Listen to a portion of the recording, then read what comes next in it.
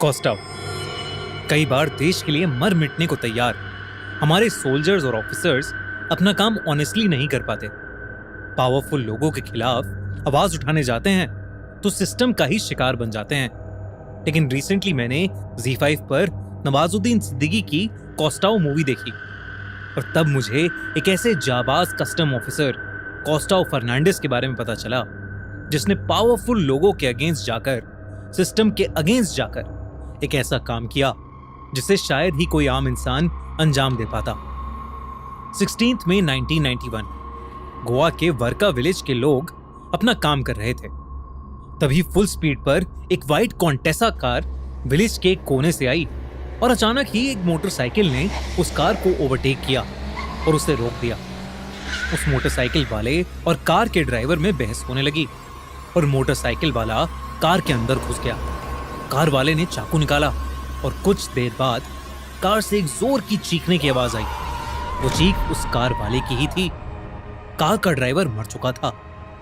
इतने वो मोटरसाइकिल वाला घायल हालत में बाहर निकला। उसने कार की डिक्की खोली और उसमें से सोने के बिस्किट निकालकर सब गांव वालों को बताया कि वो एक कस्टम्स ऑफिसर है और ये कार एक गोल्ड स्मगलर की है।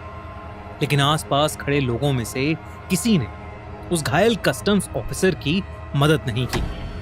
उसने उस कार को वहीं रोकने के लिए उसके टायर पंक्चर किए और वो बीच की तरफ एक गली में भाग गया। गांव वालों की चाहकर भी उस कार वाले इंसान को छूने की हिम्मत नहीं हुई, क्योंकि वो आदमी कोई और नहीं बल्कि गोवा के फॉर्मर सीएम और साउथ गोवा के सबसे बड़े पॉलिटिशियन का भाई था।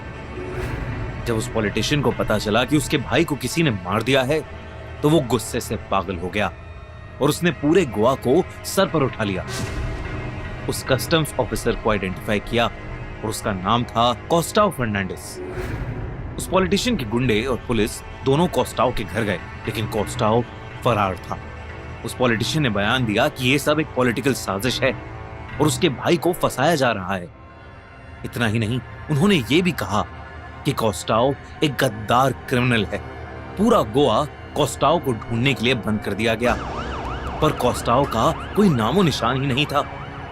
पुलिस उसकी फैमिली पर प्रेशर डालने लगी। हर कोई सिर्फ कॉस्टाव को ढूंढ रहा था। अगली ही रात कॉस्टाव अचानक से वापस आ गया और उसने पुलिस को सरेंडर कर दिया। पर उसी दौरान उस पर एक जानलेवा हमला हुआ, जिसके बाद सबने उसका सच सुना।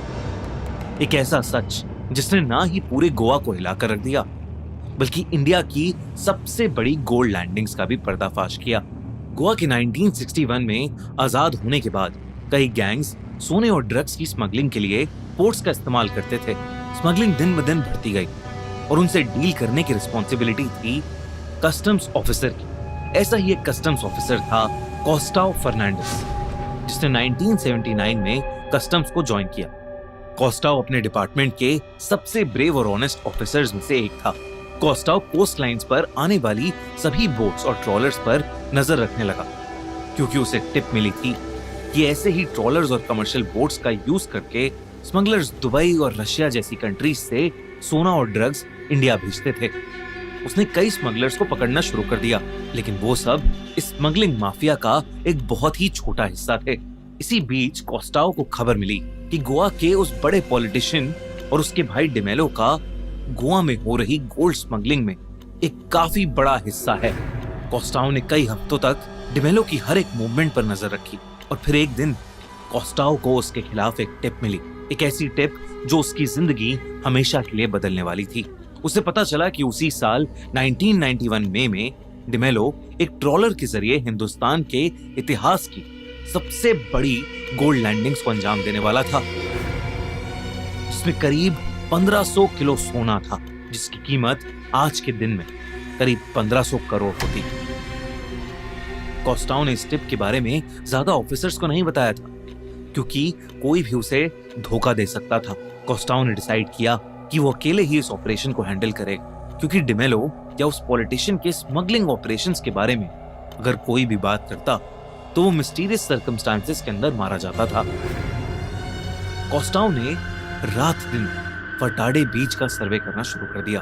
उसने बीच के पास एक खुफिया जगह पर अपना एक सीक्रेट चेक पोस्ट बनाया जैसे जैसे लैंडिंग की डेट पास आने लगी, डिमेलो की व्हाइट कॉन्टेसा कार फटाडे बीच के आसपास एक कंस्ट्रक्शन के बहाने कई बार वहां चक्कर लगाती रही। डिमेलो ने उस कंस्ट्रक्शन साइट पर चक्कर मारा था। कोस्टाओ ने रात भर उन पर नजर रखी। फिर 16 मई 1991 को सब कुछ बदल गया। सुबह सुबह कोस्टाओ थोड़ा सा रेस्ट करने के लिए अपने घर पहुंचा था, लेकिन उसके कुछ ही देर बाद सुबह के 10:30 बजे उसे एक कॉल आया। इस कॉल से उसे पता चला कि कार्मोना बीच के आसपास डिमेलो कुछ एक्टिविटी कर रहा है। कोस्टाओ तुरंत अपनी बाइक पर वहां पहुंचा और उसने देखा कि डिमेलो का भाई बीच के पास ही बार में बैठा हर चीज पर निगरानी रख रहा था। इतना ही नहीं, वो व्हाइट कॉन्टेसा कार और उनके साथी की एक सफेद मारुति कार बीच के पास ही पार्क थी। कोस्टाओ तुरंत अपनी बाइक के साथ एक कोने में छुप गया। उसने देखा कि कुछ लोग बैटरी जैसे भारी बॉक्सेस ट्रॉलर से निकालकर उसी व्हाइट कॉन्टेसा में भर रहे हैं, और वो भी डिमेलो की देखरेख में। सारे बैटरी बॉक्सेस कॉन्टेसा में भरकर डिमेलो उसमें बैठा और वर्का विलेज की तरफ निकल गया। कोस्टाओ बिना रुके उस कॉन्टेसा का पीछा करता रहा। उस व्हाइट कॉन्टेसा ने कोस्टाओ से बचने की कोशिश की, लेकिन वर्का विलेज से निकलने से पहले ही कोस्टाओ ने उसको ओवरटेक किया और उस व्हाइट कॉन्टेसा कार को रोक दिया। लेकिन डिमेलो ने उसकी बाइक को सड़क पर कोस्टाओ के साथ रगड़ दिया, जिसकी वजह से कोस्टाओ घायल हो गया। लेकिन घायल हालत में भी कोस्टाओ गाड़ी की खिड़की से अंदर घुस गया और डिमेलो को पकड़कर उसे सरेंडर करने को कहा। डिमेलो ने जवाब में एक बहुत बड़ा चाकू निकाल लिया और वो कोस्टाओ पर अटैक करने लगा। कोस्टाओ ने अपने बचाव में उसका हाथ पकड़ा और उस चाकू को छीनने की कोशिश की, लेकिन इसी बीच वो चाकू डिमेलो को लग गया और डिमेलो की जान चली गई। कोस्टाओ ने अपने सेल्फ डिफेंस में एक क्रिमिनल को मार दिया था। कोस्टाओ कार से बाहर निकला और गाड़ी की डिक्की से उन बैटरी बॉक्सेस से सोना निकालते हुए उसने आसपास के लोगों से मदद मांगी। लेकिन जब उसने देखा कि कोई उसकी मदद नहीं कर रहा है, तो वो अपनी सेफ्टी के लिए वहां से फरार हो गया और उसने सरेंडर करने से पहले पूरा दिन और रात गोवा के एक वीराने जंगल में बिताया।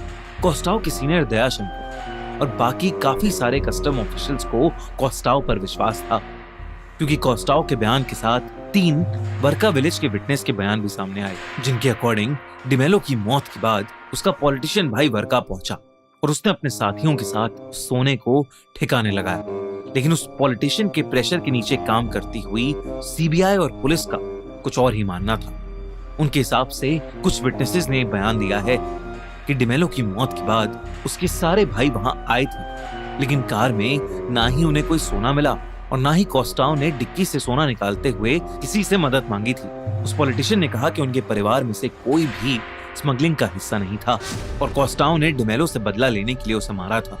सीबीआई ने कोस्टाओ के अगेंस्ट मर्डर चार्जेस फाइल किए। कोर्ट ने उसे दोषी ठहराया। इन सब के बीच कोस्टाओ और उसके परिवार को ढेर सारे डेथ थ्रेट्स आने लगे। उन पर कई जानलेवा हमले भी हुए, पर कोस्टाओ ने लड़ना नहीं छोड़ा। लेकिन कुछ महीनों में स्मगलिंग में इन्वॉल्व सारी व्हीकल्स को पुलिस ने ढूंढ लिया, जो लुइस बार के ओनर के बयान के साथ कोस्टाओ की थ्योरी से मैच कर रहा था। 1994 में कोर्ट ने कोस्टाओ के अगेंस्ट सारे चार्जेस ड्रॉप किए, लेकिन इसके बाद भी कोस्टाओ को मौत की धमकियां आना बंद नहीं हुई और इसीलिए वो अपने परिवार के साथ गोवा से शिफ्ट हो गया। 1996 में कोस्टाओ को अपनी ब्रेवरी के लिए प्रेसिडेंट्स मेडल मिला, लेकिन उस दिन के बाद से कोस्टाओ ने अपनी फैमिली के लिए हमेशा एक लो प्रोफाइल मेंटेन किया। कोस्टाओ आज भी गोवा जाते हैं तो लोग उन्हें उनकी बहादुरी के लिए पहचानते हैं। कोस्टाओ और उनकी बहादुरी की कहानी पूरे कस्टम्स डिपार्टमेंट और गोवा में आज भी फेमस है।